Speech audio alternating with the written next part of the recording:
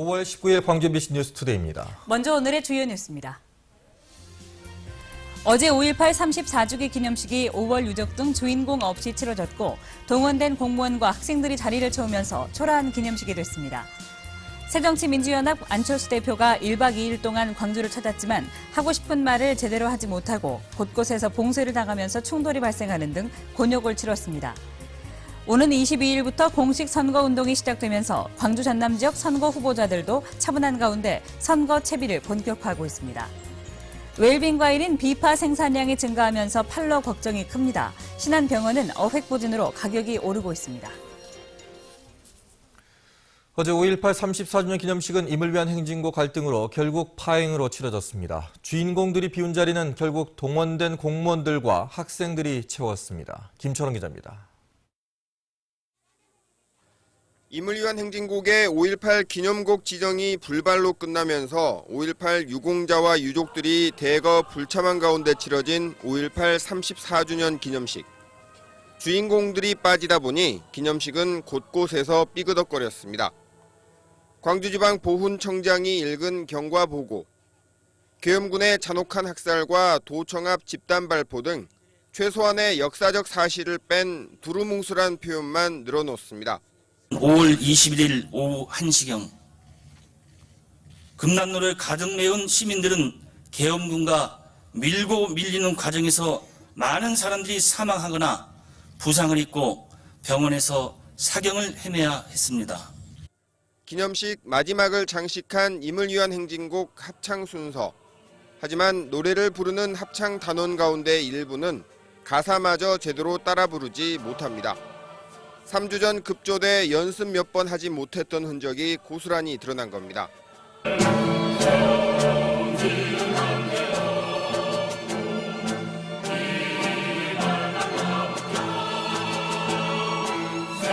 우월단체와 시민단체 등의 불참 선언으로 텅텅 빌 것으로 예상됐던 기념식장은 웬일인지 사람들이 제법 들어찼습니다. 알고 보니 이들은 자원봉사 점수를 따러 온 중고등학교 학생들. 국가보훈처 공무원들도 자리 채우기에 동원됐습니다. 직원이라고요. 무슨 직원? 보훈처 직원. 자리 확보했다가요. 다시 유가족 분들 오시면. 안 오시면 그냥 여기 그대로 앉아 계신 건가요? 그렇겠죠. 기념식이 끝나고 동원된 참석자들이 썰물처럼 빠져나가자 유족과 유공자들은 그제서야 가족과 동지들의 묘소를 참배할 수 있었습니다. 각본에 짜여진 그런 행사 같은 그런 느낌이었어요. 그리고 정작 여기에 참석해야 되는 사람들이 모두 밖에서 대기하고. 임을 위한 행진곡 갈등으로 일찌감치 파행이 예고됐던 올해 5.18 34주년 기념식. 결국 동원과 급조라는 볼썽사나운 모습으로 얼룩지고 말았습니다. MBC 뉴스 김철원입니다. 5.18 기념일을 맞은 광주시장 후보들의 행보가 천차만별로 엇갈렸습니다. 새누리당 이정재 후보는 중앙당 지도부와 함께 정부가 주관한 5.18 기념식에 참석했습니다. 새정치민주연합의 윤장현 후보는 정부 기념식에 불참한 대신 그제 당대표와 함께 5.18 추념식에 참석했습니다. 통합진보당의 윤민호 후보는 이정희 대표 등과 함께 망월동 구묘역에서 임을 위한 행진곡 제창대회를 열었습니다. 무소속의 가운데 후보는 선거 캠프에서 지지자들과 함께 자체적으로 제창 행사를 열었고, 이용섭 후보는 국민 모두가 하나 되는 희망의 5월을 만들기 위해 시민 대통합위원회를 발족시키겠다고 밝혔습니다. 새정치민주연합의 안철수 대표가 1박 2일간의 광주 방문에서 곤욕을 치렀습니다. 민심을 달래러 왔지만 그림자 봉쇄에 막혀서 하고 싶은 말을 제대로 하지 못했고 차 안에 갇히기까지 했습니다. 윤근수 기자입니다. 김한길, 안철수 대표는 가는 곳마다 막혔습니다. 길목부터 막아선 광주공항. 지역 원로들과의 면담도 쉽지 않았습니다. 정당 차원에서 개최한 5.18 추념식에서도 추념사 한마디 하지 못하고 서둘러 빠져나와야 했습니다. 일부 시민은 고성과 욕설을 퍼부으며 전략공천에 항의했습니다.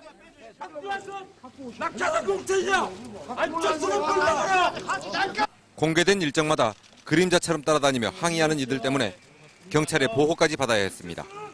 광주시장 전략공천에 대해서 말할 기회는 기자간담회와 방송 출연이 거의 전부였습니다. 새로운 변화를 위한 선택이라는 점 이해해 주셨으면 고맙겠습니다. 하지만 광주 MBC에선 뉴스 출연을 마치고 돌아가는 길에 차량 안에 1시간가량 사실상 감금당하기까지 했습니다. 당원임을 자처하는 이들 50여 명은 폭언과 욕설을 쏟아내며 안 대표의 차량을 가로막았습니다. 아니 나는 당대표 있는 사람 일반 당원 다 나와갖고 말하라. 새정치민주연합 광주시당은 특정 후보 지지자들의 정치 테러라고 규정하고 선관위와 사법당국에 수사를 촉구했습니다. 멀리서 시위하고 구호외치고 하는 것과는 차원이 다른 그런 엄중한 폭력 사태를 저희 광주광역시당이 그냥 못 갈 수가 없고 1박 2일 내내 항의하는 사람들의 가로막혀서 곤욕을 치렀던 안철수 대표지만 예정에 없이 방문한 거리와 공원에선 시민들로부터 환대를 받았습니다. 시민들은 악수와 사진 촬영을 청하거나 이름을 연호하며 안 대표에게 호감을 드러냈습니다. 한쪽에선 막히고 한쪽에선 환영받았던 안 대표의 광주 방문은 어떤 게 진짜 민심인지 헷갈리게 했습니다. MBC 뉴스 윤문수입니다. 출근길에는 입고 벗기 편한 겉옷을 챙기시기 바랍니다. 아침 저녁으로는 조금 서늘하지만 한낮에는 땡볕 더위가 예상됩니다. 오늘 낮 최고 기온 광주와 나주 모두 29도까지 올라서겠습니다. 어제보다 1도에서 5도가량 올라간 수치입니다. 바람도 거의 불지 않으니까요. 더위에 단단히 대비하시는 게 좋겠습니다. 이 시각 장성과 영광이 13도, 광주 16도, 나주 14도를 가리키고 있습니다. 낮 최고 기온 담양과 구례, 화순이 29도로 어제보다 조금 높겠습니다. 한 주간 기온입니다. 내일은 비가 내릴 텐데요. 비가 내리면서 낮 최고 기온 23도로 오늘보다 6도가량 떨어지겠습니다. 모레부터는 날이 개이면서 기온도 올라설 텐데요. 목요일과 금요일에는 29도까지 치솟겠습니다. 아침에는 13도에서 16도의 분포로 무난한 출근길이 예상됩니다. 지금까지 기상센터였습니다. 세월호 참사 이후에 조용한 선거 분위기가 지속되면서 후보 등록을 마친 6.4 지방선거 출마자들의 반응이 엇갈리고 있습니다. 특히 기초단체장 선거의 경우에 현직은 상대적으로 느긋한 반면 도전자들은 속이 탑니다. 신광하 기자입니다. 6.4 지방선거 후보 등록이 마감됐지만 선거운동은 오는 22일부터 시작됩니다. 선거운동이 시작되면 유세 차량과 자원봉사, 선거운동원이 참여하는 선거운동을 시작할 수 있습니다. 그러나 그 전날인 오는 21일까지는 예비 후보에게 허용되는 방법으로만 선거운동을 할 수 있습니다. 4년 전 같으면 선거운동 전이라도 물밑 움직임이 활발했지만 올해는 세월호 참사로 조용히 선거를 치르자는 목소리가 높아지고 있습니다. 로고송과 확성기 사용 금지, 율동과 소음 자제 등을 여야 각 정당에서 지침으로 채택할 것으로 예상됩니다.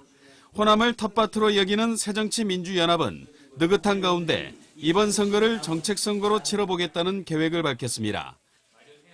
23개 광역기초단체장 선거에 출마한 후보자가 지역사회에 열심히 봉사해왔다면 딱히 불리할 것이 없고 인물과 정책 중심의 선거를 치르자는 게 유권자들의 바람이기도 하기 때문입니다.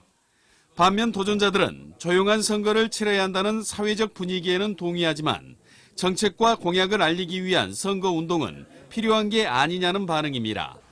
이 같은 조바심에는 정책 선거와 미디어 선거가 제대로 이루어지지 않을 것이라는 의구심도 한몫을 하고 있습니다.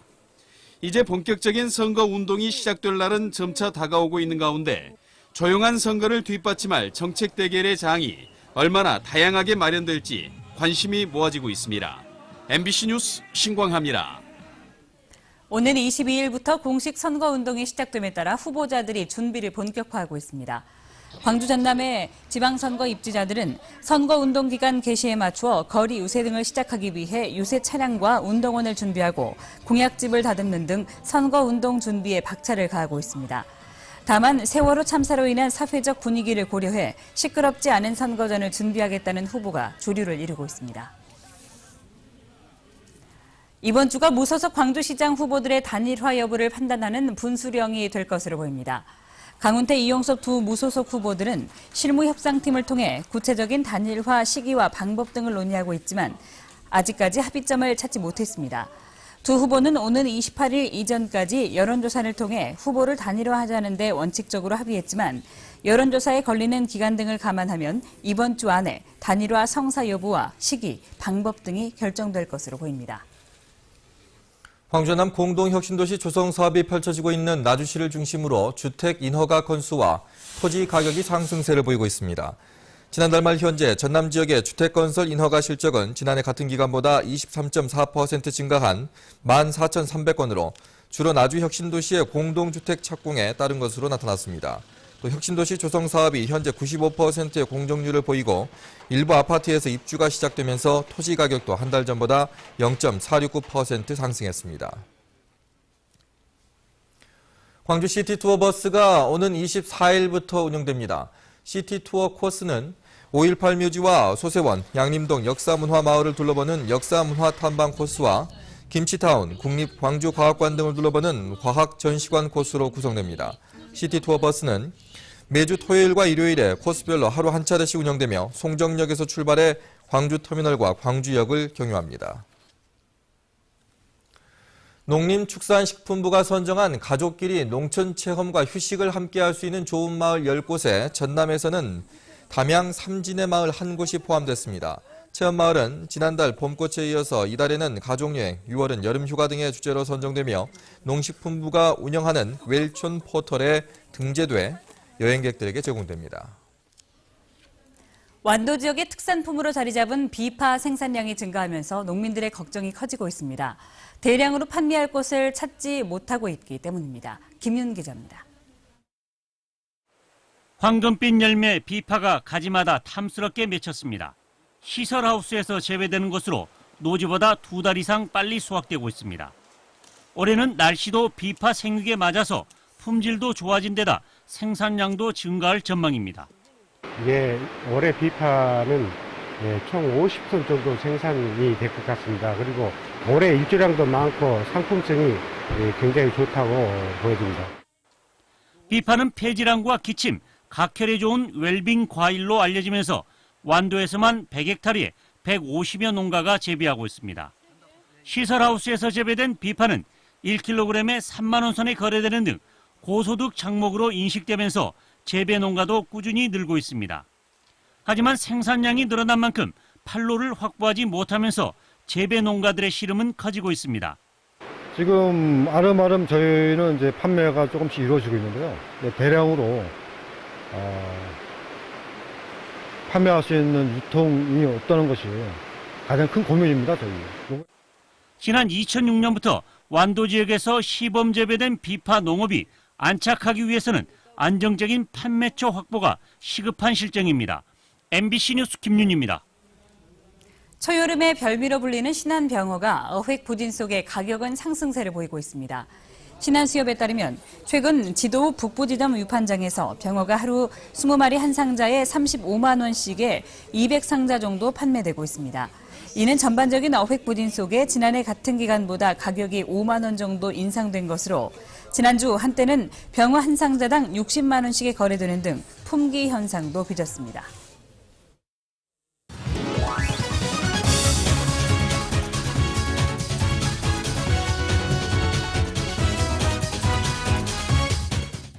안녕하세요. 스포츠투데이입니다. 호랑이와 사자의 두 번째 맞대결. 기아는 3연전 모두 승리를 내주며 체면을 단단히 구겼습니다. 홈에서 당한 승부였기에 더욱 쓰라린 패배였습니다. 1차전, 홀튼이 7이닝 2실점으로 제 몫을 잘해줬는데요. 마지막 한 점을 따라잡지 못하고 4대3 패배. 2차전은 지난 한화전에서 승리를 따낸 송은범 선수가 자신감을 되찾았을지 기대가 모아졌던 경기인데요. 송은범 선수는 1회부터 흔들리며 2.1이닝 만에 마운드에서 내려와야 했습니다. 3차전, 경기 초반 앞서고 있었지만 4회 임준섭이 급격히 무너지고 타선이 침묵하며 또 승리를 놓칩니다. 수비는 길고 공격은 짧았던 삼성전. 한 이닝에 최대 6점까지 내주며 마운드와 수비의 부족함을 여실히 보여줬습니다. 구멍 뚫린 수비는 곧바로 실점으로 연결되며 아쉬움을 더했습니다. 어렵게 잡았고 1루 송구 세이브입니다. 한 점 차던 경기가 4회 초 크게 벌어집니다. 시작은 김주형의 보이지 않는 실책. 이지영이 3루 베이스로 뛰는데 김주형 잡아내지 못합니다. 이지영의 주루 플레이를 막지 못한 찰나의 실수가 어떤 결과를 가져올까요? 이어지는 채태인의 3런 홈런. 4회에 무려 6점을 헌납하는 기아입니다. 전날 2차전에서도 기아는 1회에 4점, 3회에 5점, 4회에 4점을 헌납하며 챔피언스 필드의 만원 관중을 씁쓸하게 했습니다. 경기 초 발등을 찍는 실수도 있었습니다. 5대 0으로 뒤지고 있던 3회 초 박성민이 홈으로 내달리고 백용환이 태그하는데 유연한 몸놀림으로 태그를 피하는 박성민. 다시 홈베이스를 밟으며 한 점을 가져갑니다. 이닝을 끝낼 수 있었지만 어처구니 없는 실수로 잡을 수 있었던 아웃카운트 2개를 놓칩니다. 이 실수가 가져온 결과는 김상수의 3점포가 되며 기아는 뼈아픈 실점을 추가합니다. 다음날 땡볕 아래에서 온몸이 땀에 젖은 채 강도 높은 훈련에 매진하는 백용환 선수를 볼 수 있었는데요. 아직 가능성이 더 큰 선수기에 이번 실수가 더욱 성장할 수 있는 계기가 되길 바랍니다. 여러분의 한 주를 응원합니다. 스포츠투데이입니다. 다도해 해상국립공원 사무소가 올해 한국마사회 특별기금으로 도내 다문화 가족을 대상으로 한 생태 나누리 프로그램을 운영하기로 했습니다. 완도와 청산도, 공파령산과 나로도, 여수 향일암과 송시마을 지역에서 운영되는 이 프로그램은 국립공원의 자연 생태 자원과 그 지역의 우수한 체험 프로그램을 연계해 다양한 즐거움을 얻을 수 있도록 구성되어 있습니다. 요트 산업 전문 인력 양성 사업이 활성화되면서 전라남도가 추진하는 요트마린 실크로드 조성 사업도 탄력을 받을 전망입니다. 전라남도에 따르면 목포해양대가 마리나 전문 인력 양성 기관으로 선정돼 매년 1억 5천만 원씩 3년간 국비를 지원받아 마리나 항만 운영과 레저 선박 운항, 정비 등 전문 인력 교육을 실시할 예정입니다. 이들 전문 인력은 수료 후 관련 기업에 취업할 예정인데 전라남도와 목포해양대는 이들을 중심으로 오는 2025년까지 전남 요트마린 실크로드 조성 사업을 본격 추진할 예정이라고 밝혔습니다. 전라남도는 집단 수용시설과 다중이용시설 등 5천 곳에 대해서 오늘부터 2주 동안 특별 안전점검을 실시하기로 했습니다. 이번 점검은 세월호 참사를 계기로 실시되는 것으로 특히 청소년 수련시설과 버스, 기차역, 여객선 터미널, 사회복지시설 등에 대해 집중 점검이 이루어질 예정입니다.